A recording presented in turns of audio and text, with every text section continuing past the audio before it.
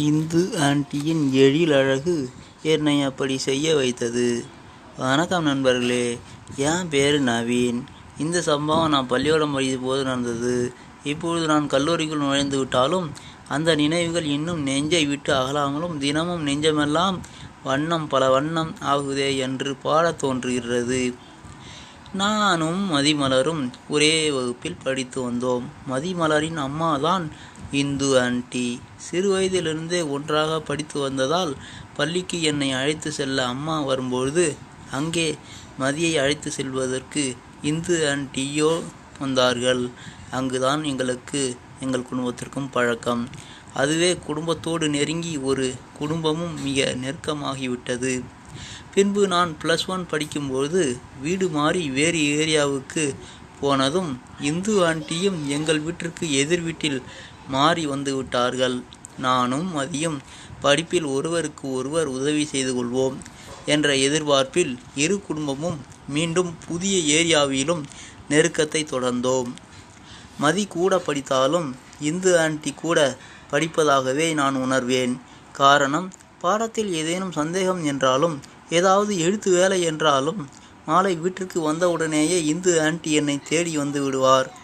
எங்கள் அம்மா கூட ஒரு நாள் வேடிக்கையாக, உங்கள் கிளாஸ்மேட் ரூமுக்குள்ளே ஹோம் ஒர்க் பண்ணிக்கிட்டு இருக்காரு இந்து, போங்க போய் நீங்களும் உட்கார்ந்து ஹோம் ஒர்க் சேர்ந்தே பண்ணுங்க என்று இந்து ஆண்டியை கலாய்ப்பாள்.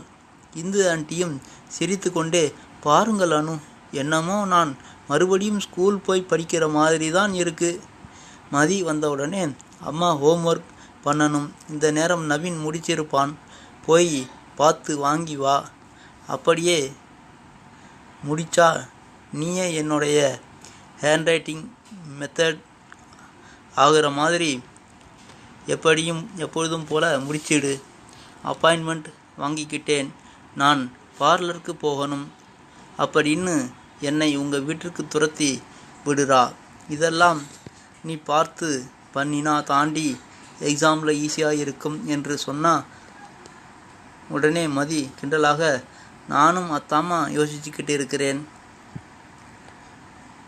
ட்விட்டரில் மோடிக்கு கூட மெசேஜ் பண்ணியிருக்கிறேன், எனக்கு பதில் என்னுடைய அம்மாவை எக்ஸாம் எழுத அலோ பண்ணுங்கன்னு. அவர் பிஸியாக இருக்காரு, ரிப்ளை வந்தவுடன் உடனே ஹால் டிக்கெட் வாங்கி கொடுத்துட்றேன்னு சொல்கிறா அனு. பாரேன், இந்த காலத்தில் பொண்ணுங்களை விட பசங்க தேவலை போல என்று இந்து ஆண்டி சுவாரஸ்யமாக சொல்லும்போது என் அம்மாவும் நானும் அதை கேட்டு வாய்விட்டு சிரித்து கொள்வோம். இன்னொரு வகையில் பார்த்தால் நான் கொஞ்சம் நன்றாகவே படிப்பேன். மதி கொஞ்சம் படிப்பில் வீக் தான், ஆனால் ஈகோவில் ரொம்பவே ஸ்ட்ரிக்ட்டு. காரணம், அவள் ரொம்ப ஹேண்ட்ஸமாக இருப்பா. கிளாஸ்லேயே அவள் தான் பியூட்டி குவீன். ஒருவேளை அவள் கவனம் தன்னை மெருகேற்றத்தில் அதிகமாக இருந்திருக்கலாம்னு தெரியலை. படிக்கிற வேலையை கூட அம்மா கிட்ட சொல்லி செய்கிறான்னா பார்த்துக்கோங்க. ஆனால் பெரும்பாலும் நான் மதியை கண்டுகொள்வதில்லை. இரு குடும்பமும் நெருக்கம் என்பதால் எங்களுக்குள்ளே எந்த உரசல் என்றாலும் இரு வீட்டாருக்கும் உடனே தெரிந்துவிடும் என்பதால் உள்ளுக்குள்ளே புழுக்கம் இருந்தாலும் வெளியே அதை காட்டிக்கொள்ளாமல் ஹாய் சொல்லி சிரித்து கொண்டு போய்விடுவோம். அந்த புழுக்கத்தினாலேயே என்னிடம் என்ன தேவை என்றாலும் அதை மதி தன் மதிநுட்பத்தால் அம்மாவை அனுப்பி சாதித்து கொள்வாள். இது என்ன புரியும் என்றாலும் அவளை விட இந்து ஆண்டியின் நெருக்கம் என்னை அதிகம் ஈர்த்தது. எப்பொழுதும் அன்பாகவும் நகைச்சுவையாகவும் பேசுவார்கள். சில நேரம் அதிரடி டபுள் மீனிங்கிலும் தூக்கலாக பேசிக்கொண்டு இருப்பார்கள். இந்து ஆண்டிக்கு வயது 40 கடந்தாலும் செம ஃபிகர். சின்ன வயதில் இருந்து அவர்களை ஆண்டி என்கின்ற மரியாதையோடு கவனித்து வந்தாலும் டீனேஜ் பருவத்தில் அந்த மரியாதை எல்லாம் உள்ளுக்குள் உடைந்து போனது. வயது காரணமாக அல்லது வாலிப முறுக்கு காரணமா என்று சொல்ல தெரியவில்லை. இந்த பருவ வயதுக்கே உள்ள தேடல் என்பதை விட எனக்கு அப்பொழுது ஆண்டி தான் மிக நெருக்கம். சில நேரங்களில் அவர்கள் என் ட்ரெஸ்ஸிங், ஹேர் ஸ்டைல் பற்றி கூட அக்கறையோடு விசாரிப்பார்கள். நன்றாக மேட்ச் ஆகும்போது, ஹே நவீன், இந்த ஷர்ட் பேண்ட் உனக்கு க்யூட்டாக இருக்குடா, இதோ இதையே ஃபாலோ பண்ணு, நெக்ஸ்ட் டைம் நான் உங்கள் அம்மா கூட ஷாப்பிங் போகும்போது நானே உனக்கு செலக்ட் பண்ணுறேன் என்று சொல்வதோடு நிற்காமல் அதை ஞாபகம் வைத்து அடுத்த முறை அம்மாவோடு ஷாப்பிங் போகும்போது அதேபோல் வாங்கி வந்து அசத்துவார்கள். அவர்கள் என்னை ரசிப்பதை நானும் விரும்பி ஆண்டியை ரகசியமாக ரசிக்க ஆரம்பித்தேன். அப்பொழுது பருவத்துழலுக்கு ஒரு ஹீரோயின் வேண்டுமே. 1000 சினிமா கனவு கன்னிகள் புது மலர் போல் பூத்து குலுங்கினாலும் வயசு பசங்களுக்கு ராவான ஆண்டிகளைத்தான் பிடிக்கும். அதை ஒரு முறை என் கிளாஸ் பசங்க கிட்ட சீக்கிரட்டாக கேட்டபோது அவர்களும் அம்மா, சித்தி, அத்தை, அடுத்து வீட்டு ஆன்டி, சில அம்மா நடிகைகளைத்தான் கதாநாயகிகளாக சொன்னார்கள். அவர்கள் கற்பனைக்கே ஆன்டிகள் தேவைப்படும் போது எனக்கு இந்த இயல்பாகவே இந்து ஆன்டியின் நெருக்கத்தால் சாத்தியமானது. எனக்கு கதாநாயகி இந்த இந்து ஆன்டி தான். எது எப்பப்போ நடக்கணுமோ அது அப்பப்போ நடக்கணும். அது எப்படி நடந்துச்சுன்னு சொல்கிறேன். ஒரு நாள் மதியம் எங்கள் அப்பாவும் அம்மாவும் ஒரு ரிலேட்டிவ் வீட்டு ஃபங்க்ஷனுக்கு கிளம்பி போயிட்டாங்க. அன்னைக்கு நைட்டு ஆன்டி வீட்டில் டின்னரை முடிச்சுட்டு அங்கேயே தங்க சொல்லிட்டாங்க. நானும் ஆன்டி வீட்டுக்கு போயிட்டேன். மதியம் அவங்க அப்பா கூட ஷாப்பிங் போயிட்டா. ஆன்டி இப்போது தனியாக தான் இருந்தாங்க. நான் அப்போது அவங்க வீட்டில் ஹாலில் டிவி பார்த்துக்கிட்டு இருந்தேன். ஆன்டி கிச்சனில் பிஸியாக இருந்தாங்க. அப்போது ஆன்டி கிச்சன்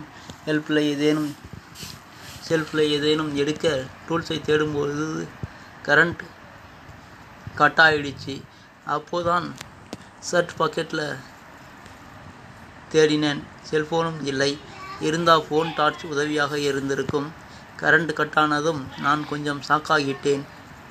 கிச்சனில் இருந்து ஆன்டி உடனே, நவீன் இங்கே வாடா, டூலை தேடுடா.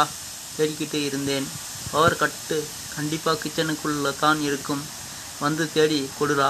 நான் கேன்டீனில் ரெடி பண்ணுறேன்னு கூப்பிட்டாங்க. அப்போது வீட்டு ஃபுல்லாக கும் இருட்டு. நானும் தடவி கிச்சனுக்குள்ளே போனேன். உள்ளே போன போது ஆன்டி மேட்ச் பாக்ஸை எடுத்து கொளுத்துனாங்க. வெளிச்சம் கிடைக்கலாம் என்றேன். அதை தாண்டா நானும் தேடிக்கிட்டு இருக்கிறேன். லைட்டரை மட்டும் யூஸ் பண்ணுறதுனால கரண்ட் ஆஃப் ஆனதான இதெல்லாம் தேட வேண்டியது இருக்குது. பூஜை ரூமுக்குள்ளே கண்டிப்பாக இருக்கும். இப்போது அங்கே போகிறதுக்கு முதல்ல வெளிச்சம் வேணுமே. அங்கே கேண்டில் மாட்டிருச்சு. ஆனால் மேட்ச் பாக்ஸ் ஆன்டி வேறு வழி இல்லை. நான் போய் பூஜை ரூமுக்குள்ளே மேட்ச் பாக்ஸ் தேடுறேன்.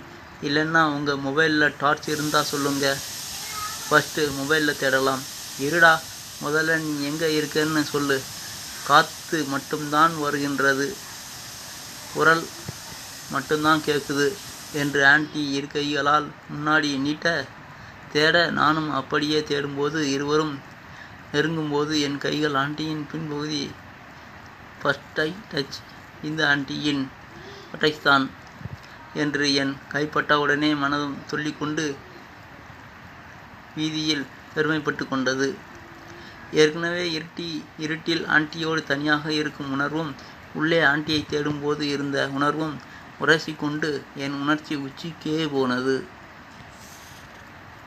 மீதி அடுத்த பகுதியில் பார்க்கலாங்க. தொடரும்.